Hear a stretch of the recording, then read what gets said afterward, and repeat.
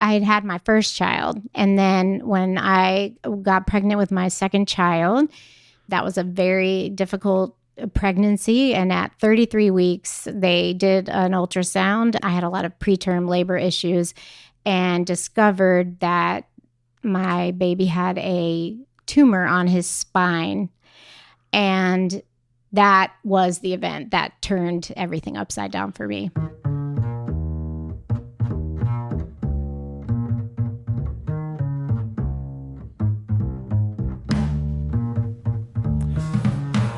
Welcome to Second Act Stories. I'm your host, Scott Merritt. And I'm Andy Levine, Scott's co-host.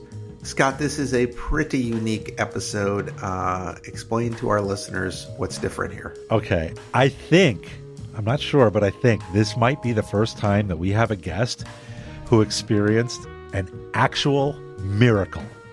This is a certified miracle, yes? A miracle, like miracle of miracles. It's just, yeah, listen and you're going to hear it. And boy, is everybody's mind going to be blown.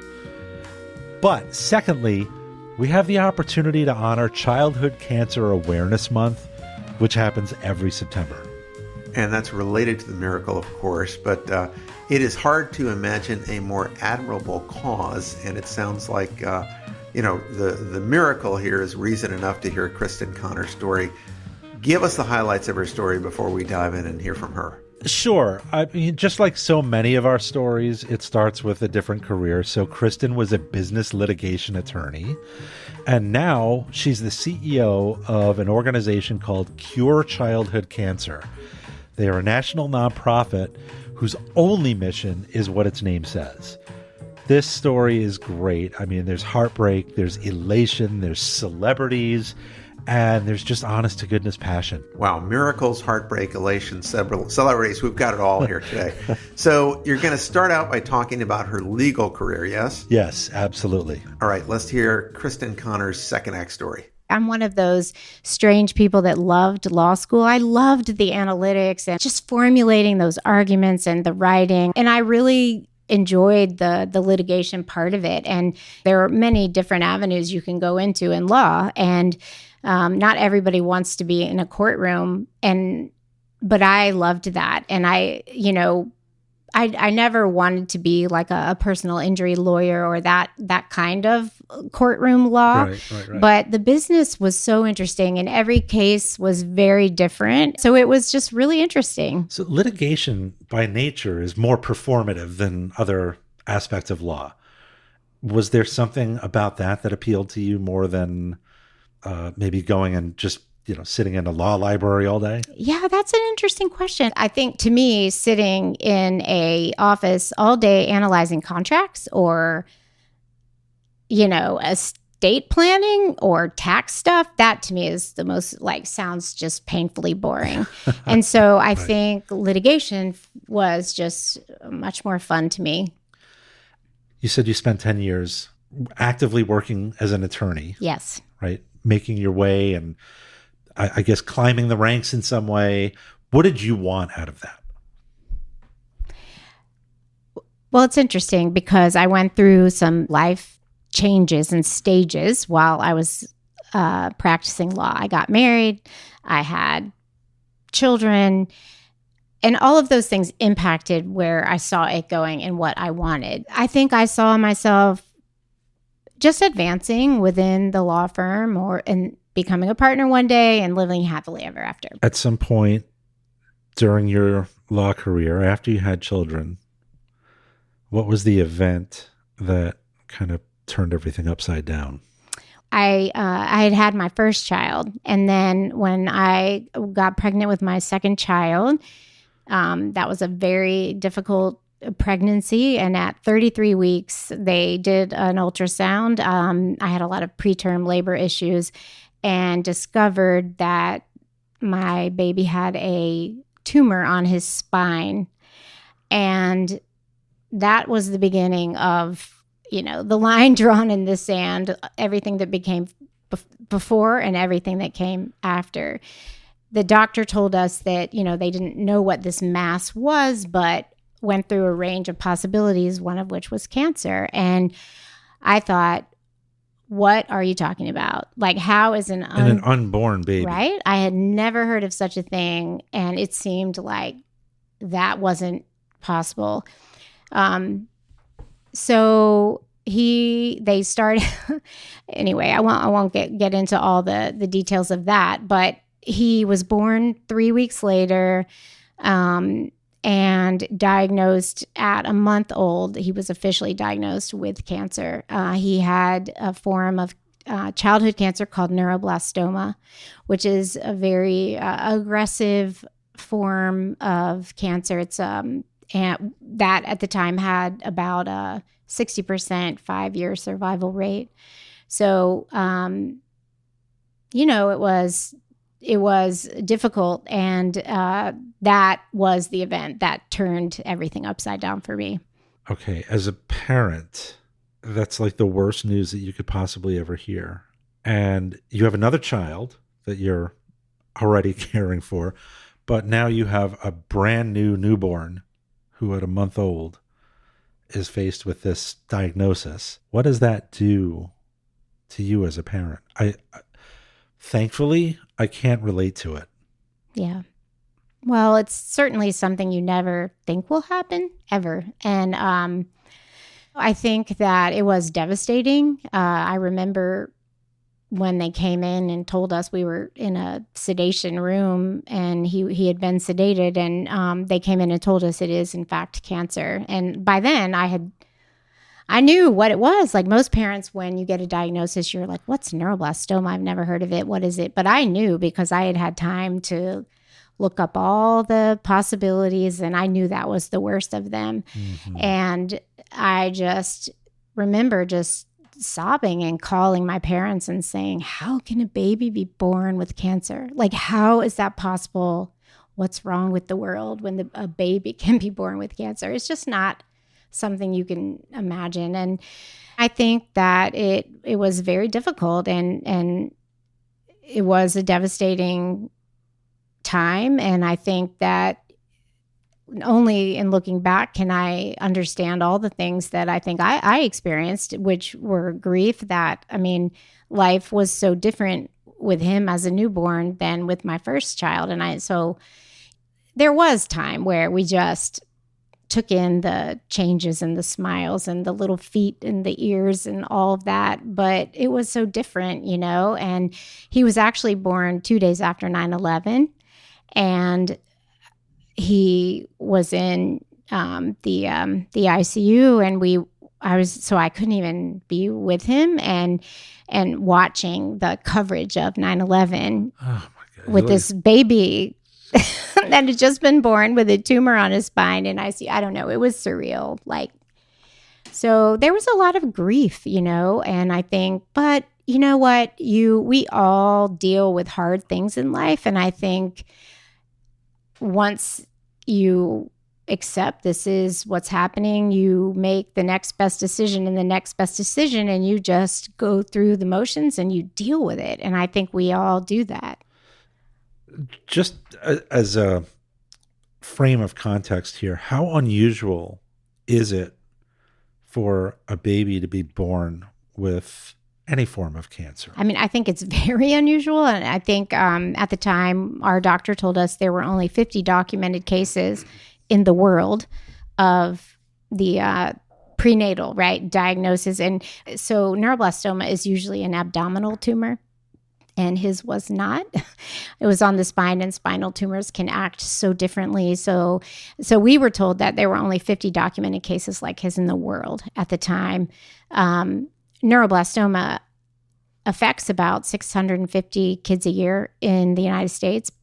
But because the presentation was so different for his, and because it was found in utero, it just made it even more difficult to predict how it was going to behave, and what the best course of action was. This is where I think my law training helped. I just got on the phone and I just started calling neuroblastoma experts at different hospitals across the country and to my amazement, I actually was able to get them on the phone, and they were all happy to talk. And I feel like with every person I called, I got a different opinion, and it was very difficult to sort through. Well, you ultimately made a decision to do something, but like, how do you? What's the decision-making process? I mean, you're weighing pros and cons of things that you don't know and that have no real clear outcome or expectation of an outcome. Yeah, and I think I've seen other parents go through similar things, and I think what I tell them is you make the best decision you can with the information you have at the time, and don't look back, because it's so easy to second guess yourself. Did we make the right decision? And that is, you just torture yourself. That is not helpful. So I think that's what we did was and of course my way was research, learn as much as you can. Somehow that made me feel like if I just knew everything there was to know, talk to every expert, I would be able to control the outcome, right? I would ensure that he had a good outcome, which is, of course, ridiculous. But for me, that was just my way. And I think we just tried to make the next best decision at every step. And I don't know that we did, right? I mean, I can tell you that he is alive. He's 23. He's strong. He's healthy. He's living his best life. And I'm so thankful that we had a good outcome. But I mean, it was really hard. I can't even begin to imagine. So if you don't mind sharing, what decision did you make? When he was born, he was early, and so his lungs weren't fully developed. So it really, and he also, at a month old, he also got RSV that landed him in the hospital. So with the RSV and the premature lungs, he was not able to go under anesthesia for surgery. So that made the decision for us. Oh. By the time they were stronger, what was recommended was an MRI every 6 weeks to see if there was any change. Now, when you have a baby, you have to sedate them for an MRI. And right. So by the time his lungs were better, it was time for another MRI. And they said, well, maybe there's a little bit of shrinkage in this tumor. So let's wait and see. Let's not do anything, and let's wait and see in 6 weeks what we see.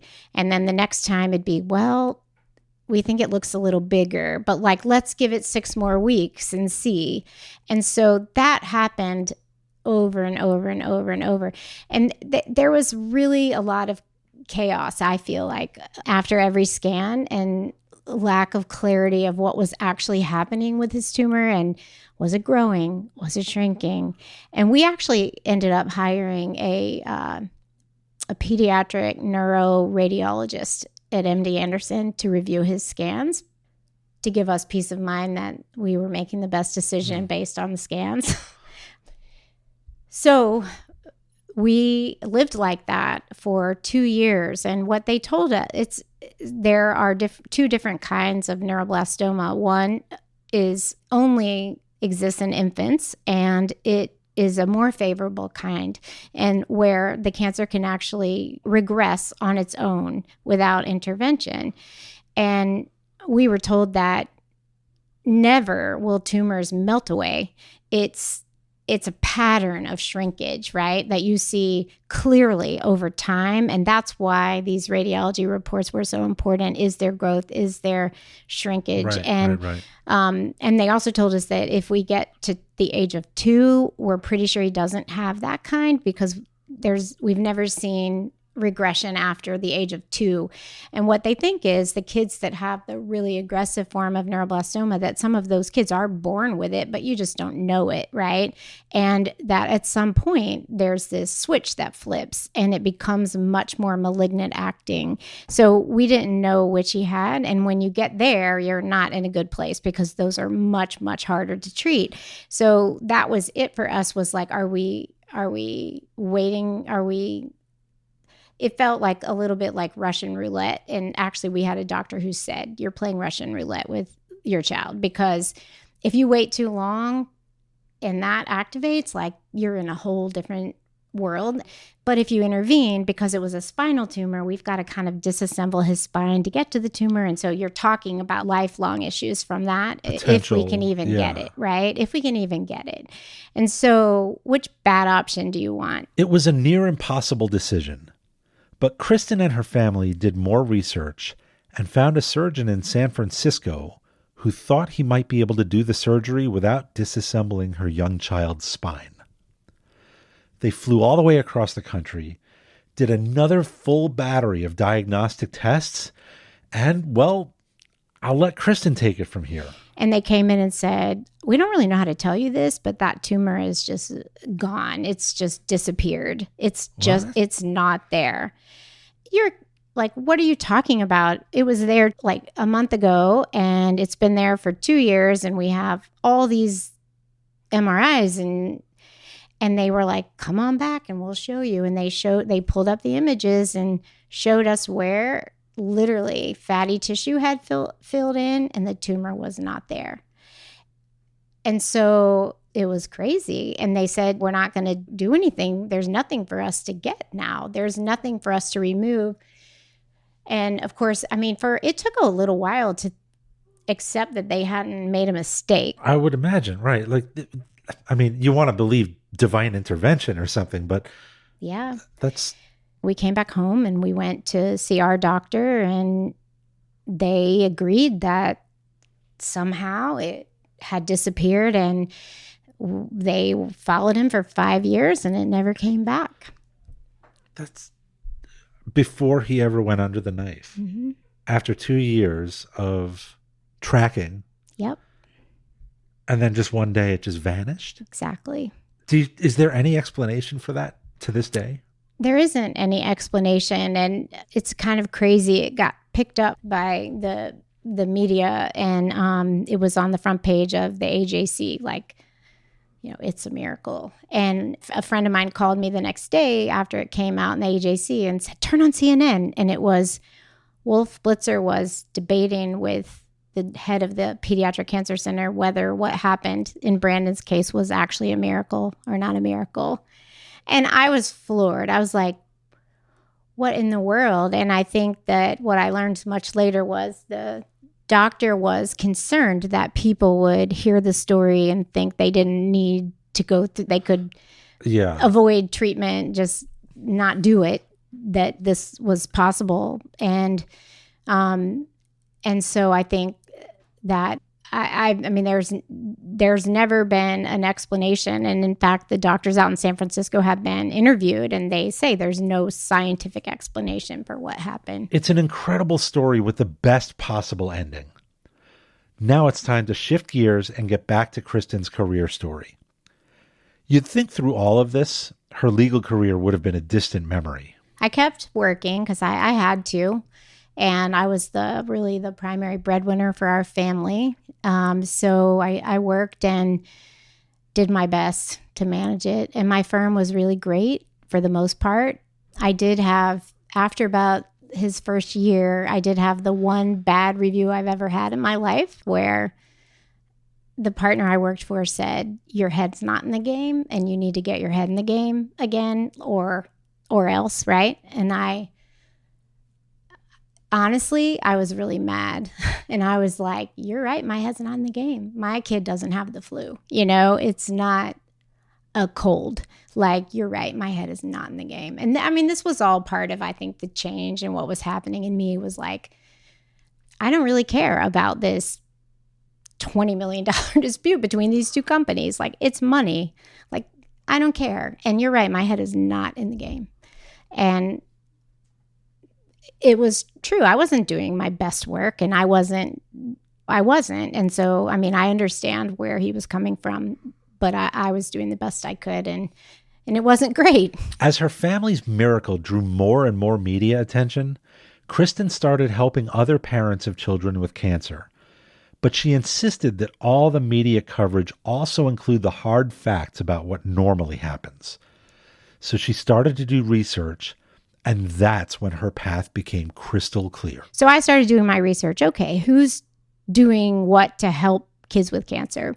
And that's where it all really came tumbling down, was in my research, I learned that even though it's the leading cause of death due to disease in children, second leading cause overall behind accidents in children, growing incidences in the last 30 years, childhood cancer incidence rates have gone up by 30%. So all that's happening, and the major source of funding for cancer research in the world are the National Cancer Institute and pharmaceutical companies. Well, less than 4% of the National Cancer Institute's budget, research budget, was going to look at cancers that affect children, which are very different from those that affect adults on a biological level. Right. And pharmaceutical companies don't invest in pediatric cancer treatments because there's such a small market and it's just not profitable for them. So I was really shocked to learn that. And I started looking at the big cancer organizations thinking, well, surely they're doing it, right? And I was American like, Cancer Society. Yeah. So I went on their website and I was looking for the drop down, like childhood cancer, right? And there wasn't anything. The reason that they don't or didn't at the time was because they really look at what are the cancers that affect the most Americans, and those are adult cancers. Of course they are, right? Right. And so that's where they put their resources, which actually does, I mean, I don't like it, but it makes logical sense to me. Right. From a business logic perspective, yes, but also you're leaving kids. Right. But here's the thing. Like I think what I try to do is take the mom hat off and try to see things from that standpoint so that I can just understand where they're coming from. And I do understand it. I think what I don't understand is then why the children are used in the marketing. It's all over the marketing. That bothers me because what you're doing is you're portraying that you fund that these kids are being helped, when I feel like say what you are, say what you do, and let people support that. It's important to support cancer research like it is for breast cancer, lung cancer, all of that. But the people that really do want to support research into childhood cancer, let them do that. Don't misrepresent that you do it so you get that money. Kristin put together a business plan, approached one of the major national cancer organizations, and enlisted the help of now Baseball Hall of Fame pitcher Tom Glavine and his wife Chris to give herself leverage and raise awareness. So I flew up to, I think it was Minneapolis. Tom was playing for the New York Mets at the time, and we met in the hotel cafeteria or a restaurant and talked about it and how he could help me have some leverage. So he went to Bud Selig, who was the commissioner of Major League Baseball, and said, hey, Major League Baseball does an initiative for prostate cancer around Father's Day, breast cancer around Mother's Day. We need to bring it full circle and do something for kids. And it was the first time the commissioner had ever honored a player's request. And he said, yes, we should. And in 3 weeks, all 70 Major League Baseball clubs came together to kick off this initiative called the Commissioner's Initiative for Kids. And it raised $2 million for childhood cancer research. Unfortunately, even with this incredible campaign, the National Cancer Organization Kristin was speaking with wasn't interested in creating a separate pediatric division. With no national leader in pediatric cancer research, Kristin took a leave of absence from her law firm, took a board position with another nonprofit that was interested in leading the charge, and quickly became disillusioned by their lack of adherence to their mission. That's when she regrouped and joined a tiny Atlanta-based nonprofit called Cure Childhood Cancer. So when I joined, I was the third employee, and we were raising about $800,000 a year, giving about $250,000 of that to research, and most of the rest of that was going to help families with services for them. When I came on board, I'll tell you where we are now, but I do want to explain that in those early years, it was really hard. I came in with a vision. I'm like, okay, if we're going to take it to the next level, then we're going to really like take it to the next level. Like we're going to get our house in order here. And we need to decide what we want to be when we grow up, because the organization, the reason that I decided to do it was, number one, it allowed me to be in the trenches with the families that are going through it now, which I needed to be. Number two, the board and the people involved were 1,000% mission driven, mission focused. And that had not been my experience. And I was like, the foundation is here for this organization to do more than it's doing and be more impactful. I thought coming in that the whole board wanted to grow to the next level. And what I found when I got here was that people were actually pretty comfortable with where they were, and that there were the board members who talked to me who wanted to do more, but there were a lot who didn't. And the employees that were here didn't want to do the business stuff, which they saw that I was going to take on, but they didn't want to change either.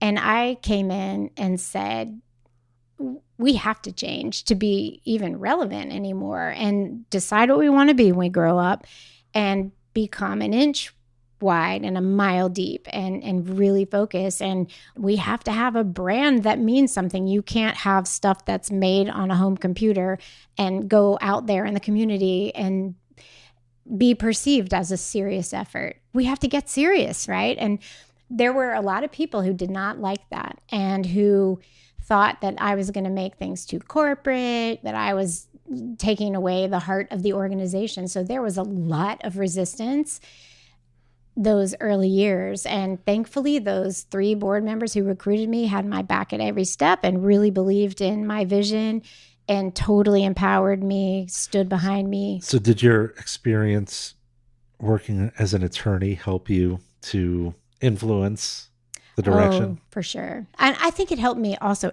like just analyze. My mind is a very analytical mind. And then I had support at a very high level. And I knew that every decision I was making was focused on those kids and making things different for them and better for them. Every time someone would criticize or resist, when I would think about that, like, why am I doing it? Why am I doing it? Oh, I'm doing it for Carter. I'm doing it for Katie. I'm doing it so no parent will be grieving like this down the road, right? And then I could go home at night and feel peace about what I was doing and changing, even if I got it wrong, which I have gotten many things wrong. So where we are now is a little over 14 million as our annual operating budget, and we are giving close to 6 million a year in research. So, wow. And we have a bigger team now. We have 6 in Savannah, 1 in Augusta, 1 in Colorado, 1 in Chicago. So you're a national organization now. We are, especially with the research. Absolutely. That's fantastic. What an incredible story. Well, you know what? Here's what's incredible. It's not that we're big, that we're raising all this money. It's what we're doing with it. There are children today that I could bring in here and sit down with you who would not be alive but for Cure.